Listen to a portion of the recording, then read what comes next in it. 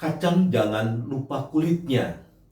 Itu adalah pepatah penting yang harus kita ingat dalam kehidupan agar kita mawas diri dalam memperlakukan orang lain. Bukan hendak mengajar kita untuk mengingat-ingat masa lalu, tetapi mengajar kita mengambil hikmah dari kehidupan di masa lalu.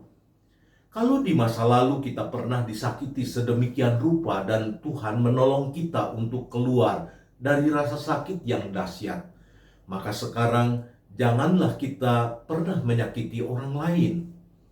Kalau di masa lalu kita diperlakukan dengan semena-mena karena status kita yang begitu rendah dalam kehidupan masyarakat, maka sekarang setelah Tuhan menempatkan kita di tempat yang terhormat, janganlah kita berbuat semena-mena terhadap orang-orang yang lemah, orang-orang yang tidak berdaya, dan orang-orang yang terpinggirkan.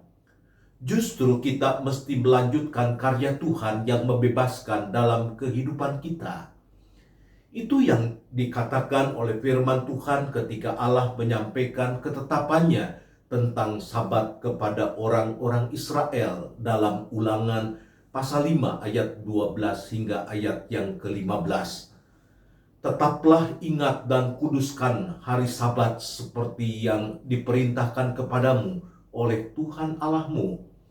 6 hari lamanya engkau akan bekerja dan melakukan segala pekerjaanmu, tetapi hari ke-7 adalah hari Sabat Tuhan Allahmu. Maka janganlah melakukan sesuatu pekerjaan, engkau atau anakmu laki-laki atau anakmu perempuan, atau hambamu laki-laki atau hambamu perempuan, atau lembumu, atau keledaimu, atau hewanmu, yang manapun, atau orang-orang asing yang di tempat kediamanmu, supaya hambamu laki-laki dan hambamu perempuan berhenti seperti engkau juga. Sebab haruslah kau ingat bahwa engkau pun dahulu budak di tanah Mesir, dan engkau dibawa keluar dari sana oleh Tuhan Allahmu dengan tangan yang kuat dan lengan yang teracung. Itulah sebabnya Tuhan Allahmu memerintahkan engkau merayakan hari Sabat. Pengajaran Tuhan kepada umatnya untuk mengambil hikmah akan masa lalu diingatkan dan diajarkan Tuhan manakala Israel merayakan hari Sabat, hari di mana mereka harus berhenti dari segala pekerjaannya. Sabat adalah hari istirahat, hari di mana Tuhan memulihkan tubuh yang letih setelah sepanjang pekan kita bekerja, sehingga kita akan beroleh kekuatan yang baru untuk bekerja di pekan yang baru. Dan Sabat berlaku bukan hanya bagi umatnya, tapi bagi seluruh makhluk ciptaan Tuhan.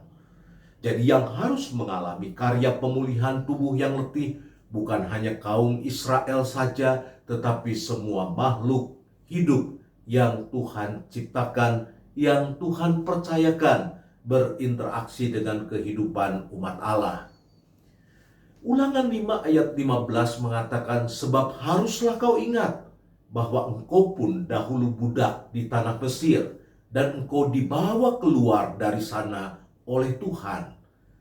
Israel pernah mengalami dan merasakan pahit getirnya menjadi seorang budak. Diperas tenaganya habis-habisan oleh para penindas.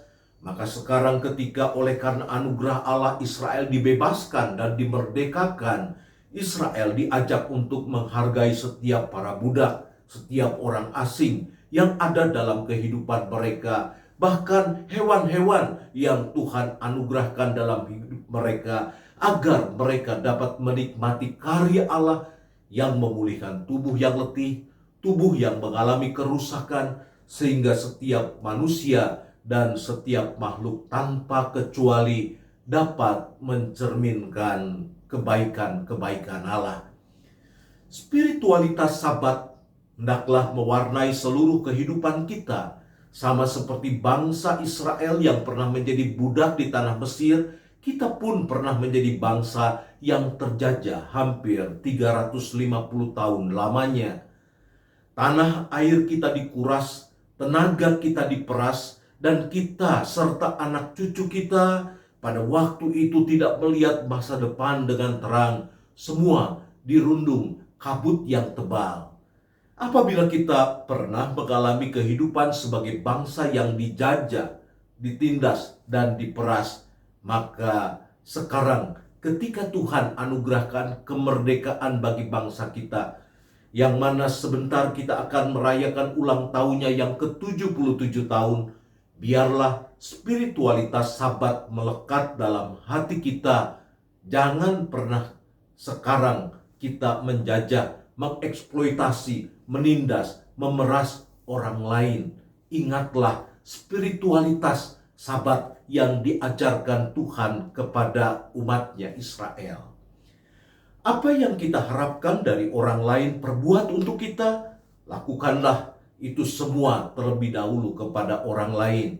Dan apa yang tidak kita harapkan orang lain perbuat untuk kita, jangan kita lakukan itu bagi orang lain. Tuhan Yesus memberkati kita. Amin.